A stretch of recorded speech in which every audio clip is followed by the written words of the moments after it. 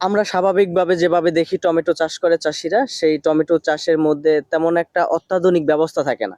সেক্ষেত্রে আপনি একটা অত্যাধুনিক ব্যবস্থা নিয়েছেন এবং আপনার এই ব্যবস্থাপনাটা অনেক সুন্দর দেখা যাচ্ছে।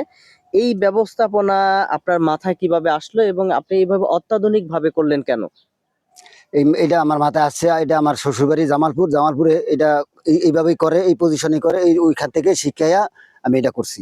এইভাবে যদি মাচাং টমেটো কথা হয়। মাছার মতন করতে হয়, টমেটো ফলনও ভালো থাকে, এটা টমেটো ঘাটতি হয় না, টমেটো ফ্রেশ থাকে, টমেটো খাইতো স্বাদ।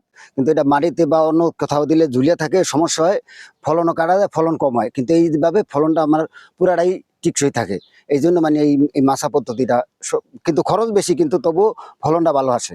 চাষিরা নেট দিয়ে দেয় বা চাষিরা অনেক সময় দেখা যায় আপনার একটা লাঠি দিয়ে করে, সেখান থেকে এইভাবে মাচাং পেতে দিলে আপনার টমেটোটা ভালো থাকে, তাই না? মাছা আপনি লাঠি গেড়ে দিলে, লাঠিতে মনে করেন টমেটো, এই টমেটোটা ঝুলিয়ে যাবে, ঝুলিয়ে গেলে এটা ফলনটা ছোট হবে, ভাঙ্গা গেলে টমেটোটা ফলন ছোট হবে। কিন্তু এখন এটা সুন্দরভাবে বসে রয়েছে, এই যে বসে রয়েছে, কিন্তু এখন এই টমেটোটা আর ইচ্ছা মতন হয়তো ওইতে থাকবো। আর ওই সময় হ্যাঁ অন্য অন্য কোয়ালিটিতে যাবো, এই জন্য মানে মাছাঙ্গে সবচেয়ে সুন্দর হয়, মানে এর গতিতে বড় হইতে পারে। আর ওই সময় আপনি মনে করেন টমেটোটার ঘাটতি হয় অনেক, ফুল কাটা যায়, টমেটো ছিঁচে যায়, ডান্ডি ভাঙ্গা যায়। এই জন্য মানে মাছাঙ্গে সবচেয়ে বেটার। মাচাঙের কিছু সুবিধা আছে এবং আপনার এই টমেটো আপনি লাগিয়েছেন।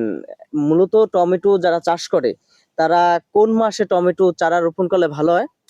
ভাদ্র মাসে চারা রোপণ করে, ভাদ্র আশ্বিন মাসের শেষে, ভাদ্র আশ্বিন মাসের প্রথম দিয়ে চারা যদি আপনি রোপণ করে, তাইলে সবচেয়ে ফলনটা ভালো আসে। আর ওইটা মানে দৃশ্য বুঝিয়া, কিন্তু আবহাওয়া বুঝিয়া হয়তো 10 দিন 15 দিন আগে আগ পিছিয়ে হইতে পারে। তারপরে ওই সময় আমাদের দেশের লেগে মানে সবচেয়ে সুন্দর।